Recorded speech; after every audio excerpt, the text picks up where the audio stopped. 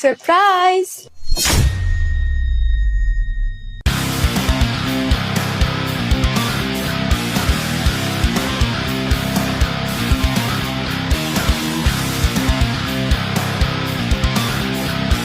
Sorry sorry, আমি জানতাম না তোমার বন্ধু এখানে আছে।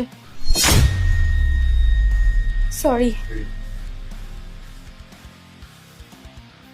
প্রিন্স, হ্যাঁ কিছু মনে করিস না, আমার বউ ভেবেছিল আমি একাই আছি। আরে না না, ঠিক আছে, ইটস বুঝলি? তারপর বল, কিসের জন্য আসা হলো হঠাৎ? ও হ্যাঁ, আসলে আমি একটা বিল্ডিং কিনছি এই সামনেই, পছন্দ হয়েছে আমার, তাই ওটার জন্যই আর কি কিছু অ্যাডভান্স নিয়েছিলাম। ভাবলাম যে তোকে নিয়ে ওখানে যাবো, গিয়ে অ্যাডভান্সটাও দেবো আর ফ্ল্যাটটা দেখে নেবো। আচ্ছা আচ্ছা। বাট এখানে এসে তো ফ্ল্যাট না, বেশ তার থেকেও ভালো কিছু দেখলাম। কি বলতে চাইছিস?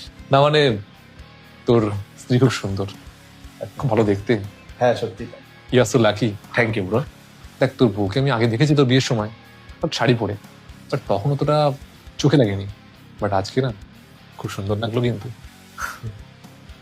ভাই শোন না, আমার একটা কথা রাখবি, এটা আমার রিকোয়েস্ট। কি বল? শোন, আমি তোকে টাকা দিচ্ছি, পুরো 2 লক্ষ টাকা আছে, এই টাকাটা তুই রাখ, আর 1 ঘন্টার জন্য তোর বউকে আমার দিয়ে দে। কি বলছিস তুই? তোর মাথা ব্যথা ঠিক আছে তো প্রিন্স? দেখ ভাই, ব্যাপারটা শোন, ব্যাপারটা বোঝার চেষ্টা কর। একসঙ্গে এতগুলো টাকা পাচ্ছিস, আর তাছাড়া তুই তুই তুই তো একটা জব করিস, আই থিঙ্ক এটা তোর 1 বছরের ইনকাম। 1 ঘন্টায় তুই 1 ঘন্টায় তোর 1 বছর ইনকাম পেয়ে যাচ্ছিস, ব্যাপারটা বোঝ। আর মাত্র তো 1 ঘন্টা বল, তারপরে তোর বউ তোরই থাকবে। কিন্তু প্রিন্স, তোর বৌদি সেটা মানবে না। তোর বৌদি আমাকে খুব ভালোবাসে আর আমিও তোর বৌদিকে ভালোবাসি। তুই তোরটা দেখ, বউ দিকটা আমি ম্যানেজ করে নিচ্ছি, নো প্রবলেম। हाँ इसको अपने पास रख, मैं देखता हूँ।